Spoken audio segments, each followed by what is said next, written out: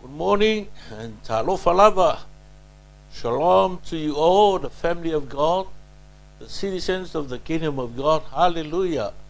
Blessed be the name of Jesus Christ, our King, our Lord, our God, our Redeemer and our Savior.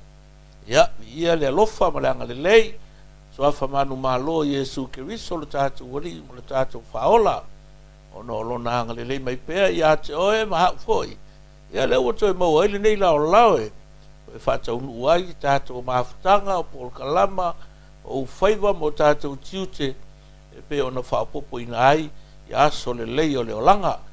E urua iaso o le nei masina lona iwa o le ni tausanga, ia le wa tātou au lia mai, ia i lava lona suafa, ono lana puipuinga malana tausinga ia i tātou uma, amene, ia le ala amataria fo le tātou pol kalama, i le nei tae ao le talo.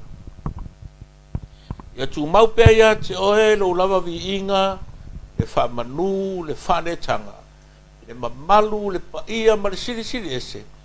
Nei se ia o le whaavavau lava.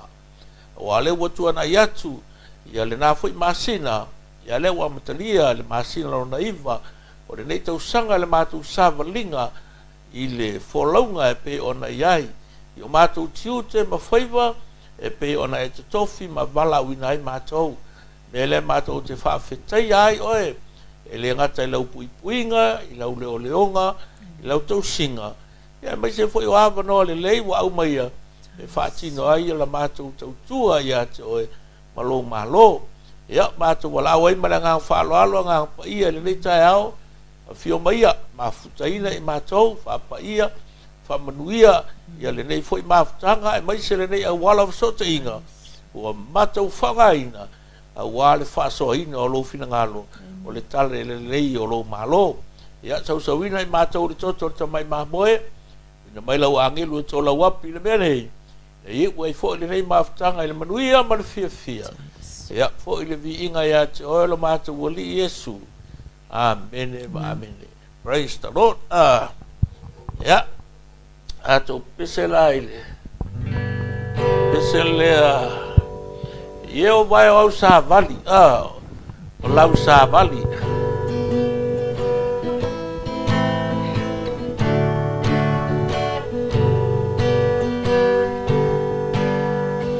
Ia o vai au sa vali. Tai awina mai watu ele tala ina alofa olai tai awina yatana wayelele yatalele falele Pasese Tonuina pasanga tonuina Toto umbaya Yesu Tauninga Emma waile file Matoloto ile mailunga Sala Netangata pangota Fafetai Lawabaguto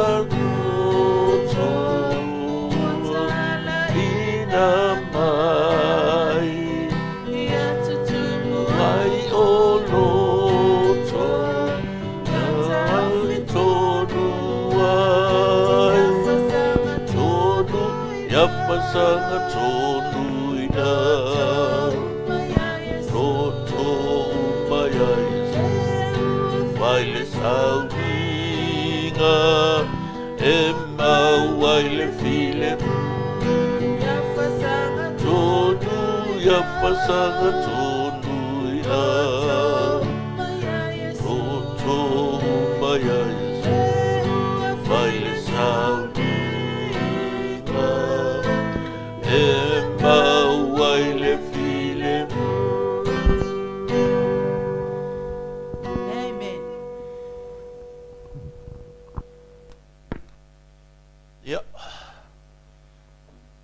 sanga kongo le alu le va o le o le kakare kap kengia le va ya mai se o longa foi uli ya nga ke driving le va le me kongo ka ngaru ya ele nga ka le va sam le va le pa pe nga foi la le pe nga fa fonga ya le pese le me ya fa sanga tonu e lo nga pa ia yo mato loto no winga fa kanga la ka ko le nga o le tu ya so na te tau taia ma fa pe na ona tai ta ia tato ina ia tonu ma sao le me sa vali ai o tato vai ma me tato te tau talai o ka ko filinga ma ka ko fai unga langa e kele yo le ngasu ai ai le vai kai minge le la rolangi pai ngo fia inga distract ai inga le ka ko i me ka ko ke va ai ka ko ke fa longo ye ele nga ka le kelo me ka ko ki a le mau leo kelo ko inga leo ese ele nga ka le leo le ava le leo fa ngau ya le leo ka nga ka i fa aku o au o ma lungo le kiwi mo so se ko inga me ka ko ke fa longo ye i me la le nga hai pe o le pese ai le nga pa yo le tu nga te fa atu no tonu control au savali control upu ma me ina yai ule aso o la vi ia la vol fo Yesu me amen yeah, praise the Lord ole tato fa so fo i male tato sto of tang fa nga mo tato le tayal ni ya wa sarwa le nga amaka ya i kula amaka o si tu ya lol ya pe o nei le fa twa fa fitu ya ole o nga amaka is fa tole for this morning our devotion for this morning. Faulu talaina vapea. Drawing out the vision. Draw out the vision. Yeah. If you find tawina lan fata o te was fulu. Alon fa ipo lima. I'm going to read to you Proverbs 20 verse 5 from the New International Version. It says, the purposes of a person's heart are deep waters, but one who has insight draws them out. Amen. The purposes of a person's heart are deep waters, but one who has insight draws them out. Excuse me. Masa mo vai mai. O le ata mai le loto o le tangata. O le vai lo loto o lea. A o le tangata whauta uta. Na te utu fia mai ai. O le ata mai le loto o le tangata. O le vai lo loto o lea. A o le tangata whauta uta. Na te utu fia mai ai. A whapeto e wha te whaifa, se si whaupunga whaingo fia o le whaitau lea. O lo to tonu ya te oelea. Le poto ma le malama. E whaatu sainga i le vai makualo loko alo loko la le vai. Longo vinga e ka kauanga mangingo le vai. E kauanga kelengi mea le lei o iai kokongu. E le nga kaongi fingoka, ongi ia wa sea se ia kele ka whao i le alo o le mea papa. O ia ke kele ale ka ua ka kuru whasamo i amo mo me o ia sa o kua ko le a o le samilo loko a whapela o le whaatusa le ata mai le o le tangata i le vailo loto a whai mai le whaauminga o reu a o le tangata whautauta na te utu fia me a o oe la le ka ngakari kukongu e le o oe le wafu but someone the person within e mawhai o ngā au maia i whafo le aka mai, le malama. Ai kulai le whaupunga i le ngana peretani e tusai, o le ngana peretani. The purpose of a person's heart, mai o le moe, o le tō whama mau, o moe mitinga leito tono o le loto le tangata. E whakusa inga i se vailo loko.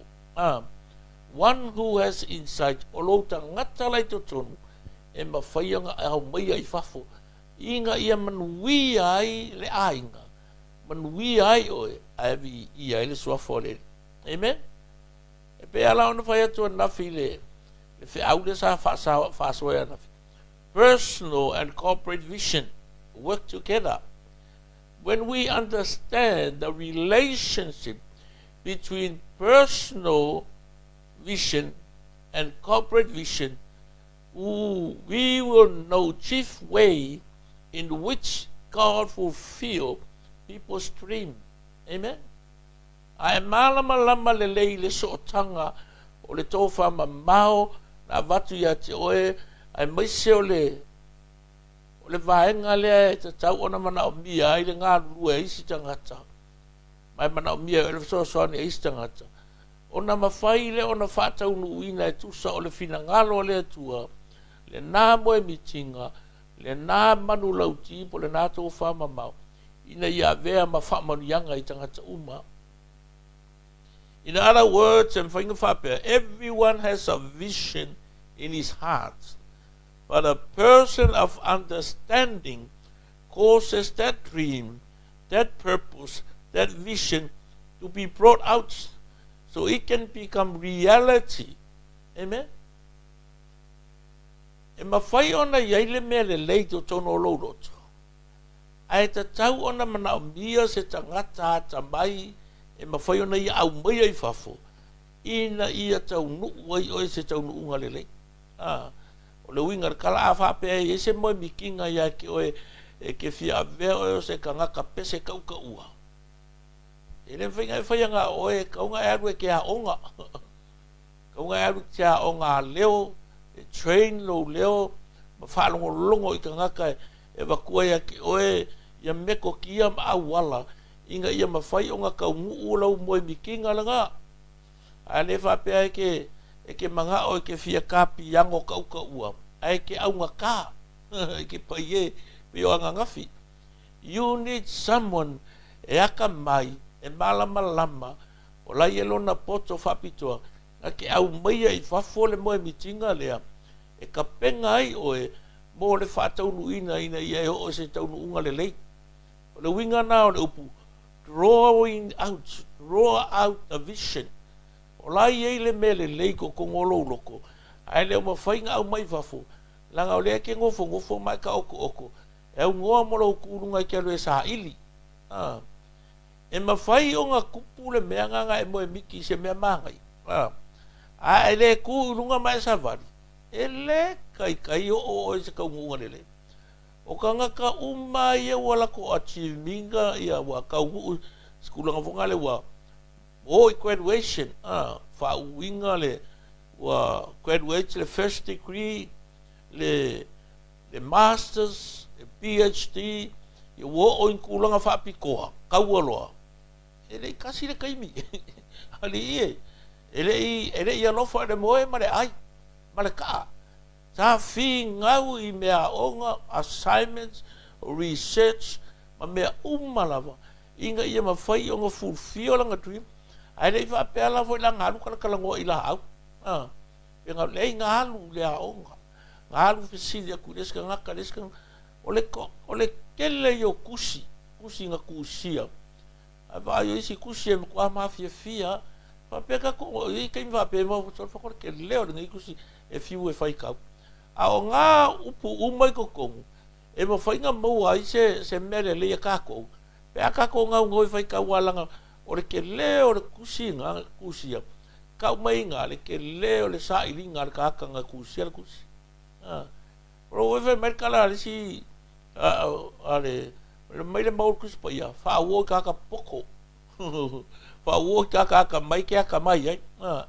O le winga langa o le fa upunga. Draw out the vision. You need someone to draw out your vision or your dream. Amen.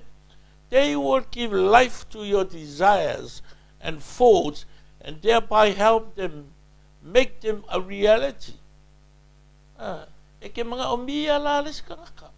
E wakwe e au mai I fafole mea nga e whamakala. Nga e vaai ei I le po, nga e dream ei. O lau e ko kongo lou loko. E ke mga omia la lo kurunga ke savali. alu i le aonga, alu e kalangoa, alu e share.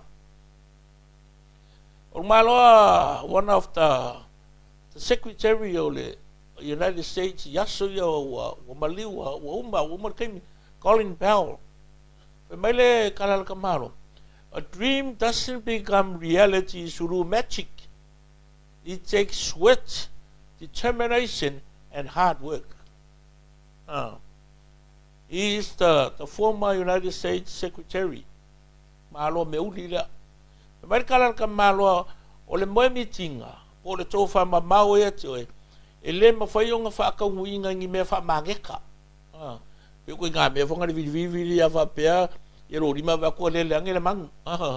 Vili a wakua ka ki ange le mbreka. Le ai. Pe mai si singa ro wafu. E manga o mia lo ngā lue, manga o mia lo ko anga, manga o mia lo finga fingau. Kalanga ka maroa.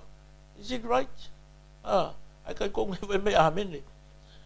Ka maroa nga mafua inga whaile mea re Walt Disneyland ai o Amerika. Mele kalaka. All our dreams can come true if we have the courage to pursue. Amen. E kaungu umma kako moe mikinga le leia e kongo kako mafofomo kako lo. Pe afa pe e koa lo loko. E malosi lo loko. E ke kūnunga e alu sai. Ai ma ngai o dream. E kako ke dream e de o moe miki vai mai o le la a fai sa ufale o loa. O dream le la fai sa upisiki kele. E le fai kai come into reality le moe mikinganga. Pe a fai ala ai moe laksa vari. E le kurunga e alu sa haili. Kalanga kaka lea Walt Disney. Kasi iwa koruongo. Masaro ar kaimi mua le nga mangu malo o ise ka ngaka i kongo le Olimpika. Whapinge aulo le Olimpike kasi iwa koruongo. Or ka malo me uringo ya Jesse Owens. Or ka malo le nga ka mo le fine or nga selaunika. La ai fofoi ki la. O ika ki la ngo wa ya ko la e ku mar ka malo me uri le. Maka nga ka papai. Fai mai leo lang ka le ka mo e ya ka papai mai ka uri. Wa maku ya le upor ka fai. I kai mar pulenga le natsi. Awa or kai minga ole kasiva ko ruongo ia wa vela fainga le nazis asia mangi i kongo Europa ole mpekala le kasiva ko ruongo ma fai peleringi i le lau mua sia mangi le merkala Jesse Owens. We all have dreams, but in order to make dreams come into reality, it takes an awful lot of determination, dedication, self-discipline, and effort. It's a challenge for us this morning. Ele se kanga kaile sanga dream. Pe foi nga faso ako kofu maghaka malanga vision nga mai le tua. Ai nga ia mafai nga faka uinga se ka unga manguia mawalunga malelele. E makwa manga o mia le passion lo loko e ke kulunga mai alu ke ngalue. Mai alu ke savali. Ringa la kala le fa pe savali le paka. Ai alu e ke savali sa ili. Ele mafai nga manguia la fanga umolo ainga. Pe afai nga pawala me fai ka ku ia maka kalo. Ai le ngalue. Le yo le kakalo e kakaunga fa akingo le lo fa ku i lo kurunga ke alu ke ngalue. Ele va pe ke mga afungale Lord help me. Bless me. Ai kere whainga luenga. Ai kere ku. E voi kei mi wape ka kou. Ai mai sea kou nguri sio mangale ole o lanki usiano. Ako vai whai whi au ka ua. Greatest evangelist i le o langa. Wape solka. Wape whaer ke leo le wale sao le au loku. A la ungar ka maloe. Whalo longo umakaka. Ele i kupu se aso se kasi ngā mea. Ole mea ngā maka i kuri vai, ngā maka le sā ili whai read the Bible, meditate, fasting, ma whapenga nga ko miti le loko i le li. Wha maongi. E me langa sa ora kala ka marole o tisi o. In order to make dreams come into reality, it takes an awful lot of determination, dedication, self-discipline, and effort. It doesn't matter how old you are, the color of your skin, and where you are. Ele fa pese longa ke o American fa ko afaka wu le o dream. Pese longa ke sa u Australia pe ke New Zealand. Le ai wherever you reside, po fele ke go foi. Samoa, Konga, Fiji, or in New Zealand, or Sydney, po fele ke ye. E ma fai o fulfill ma come true lo dream. Pe a fai ye le nganga ngau lo loko e ke ngalue. Draw out your vision. A person within. Draw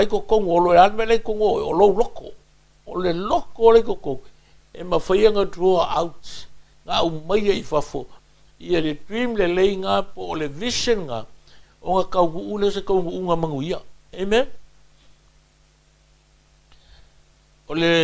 Lo makua leo Eleanor Anna Roosevelt. O le wharekua leo le Pleskenge Amerika. Wonga le Franklin T. Roosevelt. Sa iai le vai kaimi ngā kasiva koukou. Kasiva whalima. Kaimi leo kawalunga lua o le Rolani. Mai le kala le lo makua. The future belongs to those who believe in the beauty of their dream and act. The future belongs to those who believe in the beauty of their dreams and act. Mai ole lumanai, o lo ta oto mai ai whamanu yanga, o le oa, o le tamau ainga, ma le manu malo. Mai whaile na, mo tangata e taritonu e lato o moe mitinga, mga yoi. E lenga o le moe miki mo dream i le manu malo. Ai kere nga yoi, o le wingala le tala le lo matua. E le fai mo ka ngaka e moe miki ma moe. E aka mai, e fai kaukus pa ia, ka kalo ma moe. Le ai. O pese umai ke faia, kusi, fai lako faki, mai alu e usu, mai ku lunga ke alu e saha. Ili se me, e ma fai ei o nga fai, recording ma me umo fapenga. O au su e su enga, it will never come true. Research ma me fapenga. O winga ngar kala le lo makua le le ke leo le tama ainga la ta atia mai le lumanai. Ai le ma fai onga maua ka ngaka uma pe a fai e ko anga les ka ngaka ai pa ye les ka ngaka. Ai mai le ka u o mea. Pe la o inga le ta o to ile nganga le. E iai ka ngaka o lai whaatari mai aki oe. Ke la ku share aku lo dream. La ku share aku lo vision. O ngofo leo lako, ma koe keu, ma koe hao, ma wha makala ku aki oe ngi mea e ma whai ai. O nga ma whai o nga e ka uus ka unga lele. E ke lei roa le mea ngā wa e dream iai. Pe ai le kūrunga, ke le wha makala mea ngā ringa o ngā ais ka ngakai ua. O mubu aku ya kaku. Aka mamai ya onga e popoko e ma fai on kako ko fa makala ku ya ke lako le mea ko wale nga au mai le tu ya kaku ka welo walo ke fa long ko anga le loku fa long o fai fe au malana launga mana o onga ile upu le tu e makala kala yo tolinga ma makala ila wa ai amen e ke le maua lau vision mai se si ka ngaka. You don't receive your vision from other people, but you are enabled to fulfill it through others. O le moe miki ngā ia mo oe, wa au mai le tua mo oe, po le tofa ma mau au mai ia ki oe. E ke le mawhainga whape dreama o le melea, ai whakawu e liska kala, le ai.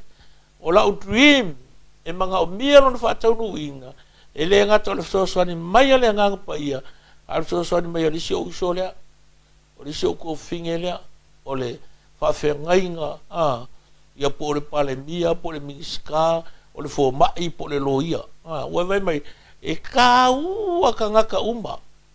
So aua lai ke e ko ngala nganga fo ngale fa pe le pride fo ngale o ke le manga o share le mele o ke le manga o lo is ka ngale ya be ko fe ko you can't work alone ele ma fa nga lu nga o e ke fiu e fa se fa nga fo ngale fa pe nga o e lo ki kala ma me ye e ke manga o mia le ska ngaka longa ko mai e mai so so ngia ki o nga ke stirringa lo loko inga ia mo fa yo nga ka u se ka u nga manguia malele.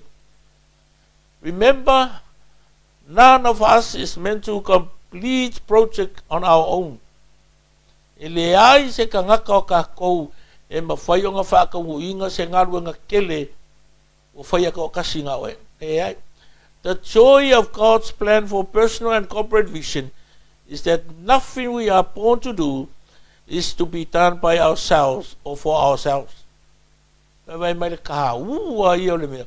O lo walu faso inga ia e mawhai o sa ufafo roa mai fafo le sosia ma le tamau a inga ma le piuti le au le lei ma le matango fie o le mele kongo loko. You don't receive your vision from other people, but you are enabled to feel it, to fulfill it through others. E pila o ngai whafonga i kala kuspai wa vai le mau al fatot.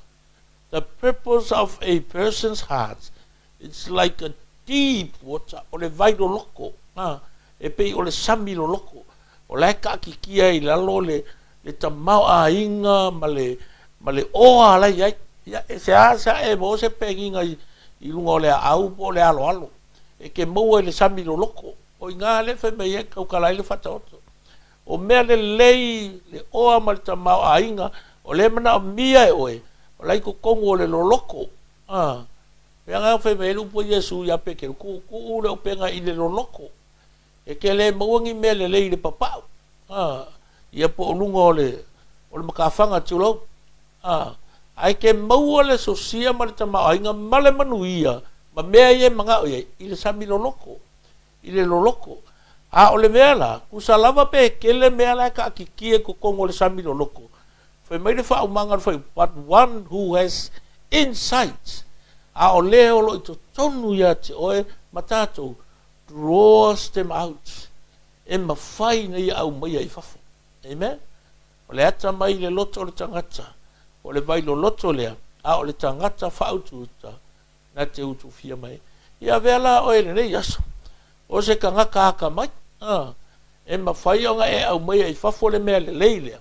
E le ngata mo oe malu ainga le community o le akungu e mai se le ka le sia ia le atua ona vi ia le o le suafa o le ri auange mo ka ko le ola whalolo ma le whakarikali fōnga le se isau se spoon fed ka ko le ai o le fia ka ko le meanga le la mai manga e sau whawhanga oe e sau ku mai ka ngā laisa le ai e manga o mia le kurunga oe e aruanga yukar ko ngā vau, whai se ngā ruanga, pe aru sami, e whangoka, inga ia mō, mai se whamang ianga mō le ainga, ma kua wale kalala ko inga wanga le, e melonga whai wali sa soa, e raku risa o ka manga aisi seia, ka oror ko inga ave ele ia, i lau whārua pe whākoru, ka sau war ko inga, li sa soa koe ka mo, e akune ringa le whakuror ko inga, ola kai, o ngā sau le ka o lo le mar ko inga o ile wa o whangoka, e ko ko nge fa pe ale fa ngore me ari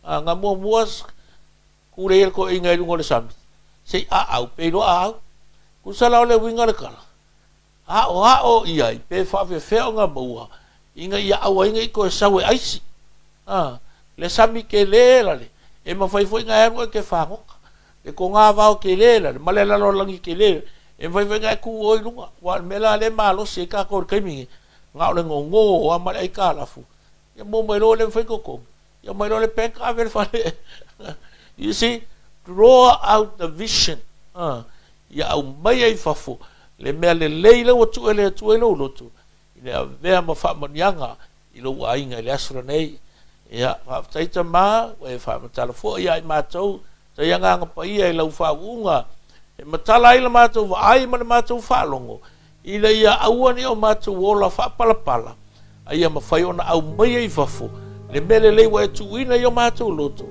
e le ngata ia vi ia lo suafa ai manuia ai le atu nu ma matou ai ai mai se ola we kalisia ia fa manuia fo ie fo ina mafuta nei tai ao la singa matiu te ona nei aso ave fo ia o nga nei fanau ia mai se o na stofio tala le lei o na missionary fa pe fo la uso sa waina ona le mau e winga ia te oe ia le file mu la o fio ia la to ia la matou tano lea e lava o ngā lulu e ai lo watunu le nei aso ia o ia lau whamonianga ma la matou te talo pia wha mai se lo o nganga i e ua mo pēr le loto whavau ono le malanga le maliu ma le oti ia wha pēr fo inisi o lo tau fia i ngase ngase o le tino ia o lau wha malo longa ia i lato matou wala au le nei tai au tama e wala lava le suafo Yesu lo matou o li il faola amen.